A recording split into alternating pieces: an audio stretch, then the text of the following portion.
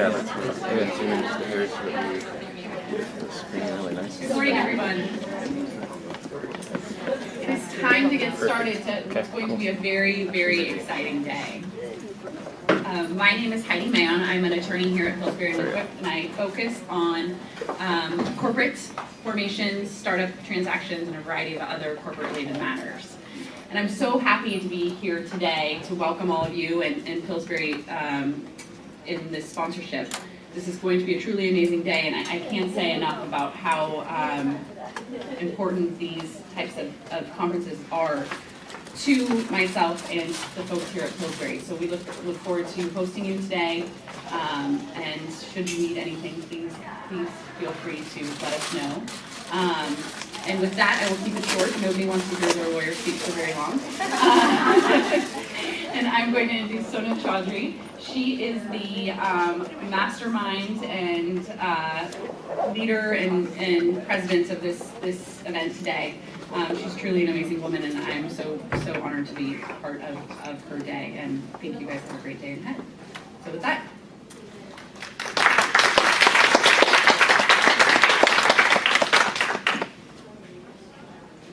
Wow, you're all here. That's awesome. I was telling someone right before I got on stage that, for me, a lot of getting new things started is just about doing the next 10 steps, 10 steps, leaning in. And so today when I came in this morning and folks are here, I'm like, wow, the conference is here. I never got time to think about that. So thank you so much for coming. So real quickly about myself, I'm the CEO and co-founder of a company called YetiZen. And what YetiZen does is that we do a number of different events for game developers to help them with the education and networking side of how to build better businesses. And we're the largest entity of its kind. So we've, in the last 12 months, reached about 14,000 game developers. And we also run a games accelerator. So we have something like 1,500 applicants in a year, and from that we take the top 2%. We've been called the Harvard Business School of Games. So it's quite an honor. It's a long way we've come from where we started in 2010. And myself and Japhet, who's the guy checking you guys in outside, have sort of started from. So real quickly, I wanted to share my story, right? So I was actually born in the Middle East to two Pakistani parents.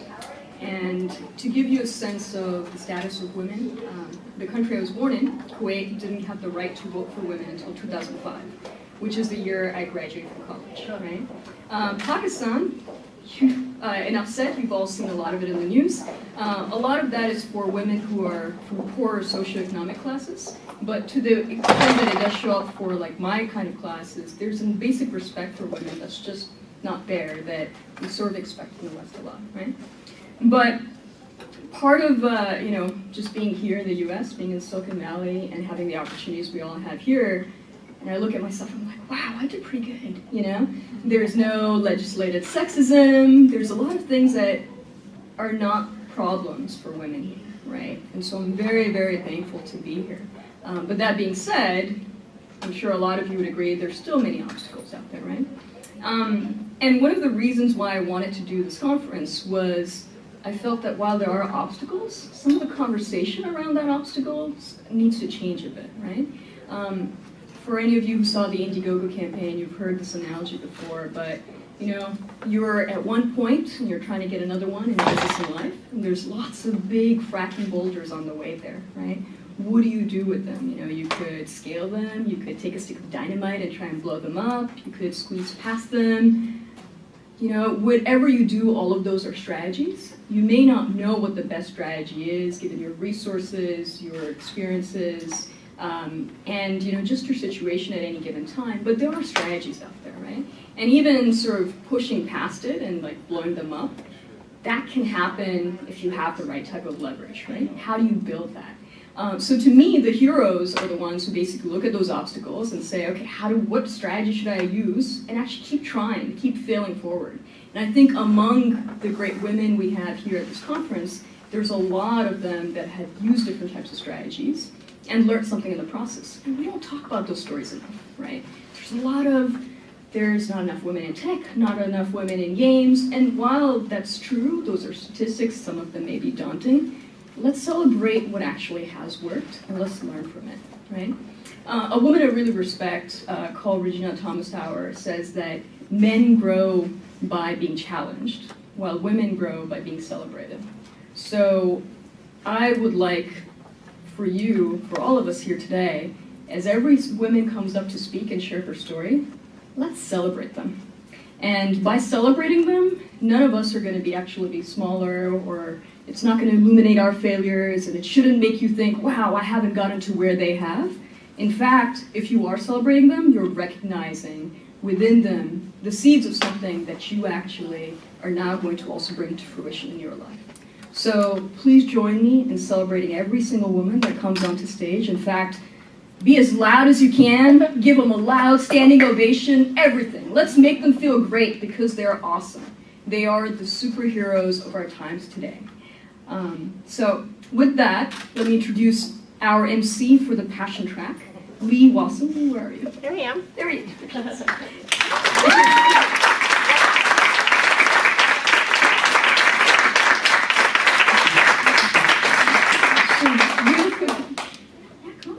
So real quickly about Lee. Lee has been a hardcore supporter for this conference and for these conversations on women being their own hero from day one, from the time when I was thinking, I think there should be a conference around this. And she's been involved as an advisor, she's been involved as a sponsor, this wouldn't have been possible without her. So, Lee, take it over. Thank you so much. I just want to mention to you all, last year I met Sana at TyCon, where Sana was leading the Youth Entrepreneur track, which tells you a lot about how Sana spends her free time helping others all the time. And I had the opportunity to facilitate one of those sessions. And so fast forward to a year later, Sana and I are chatting, and she tells me about the vision of today and what this was going to mean, and I couldn't sign up soon enough, both as a sponsor and an advisor. So I'm absolutely thrilled to be here. And I'm also super excited to be introducing the first of our superpowers for today, passion.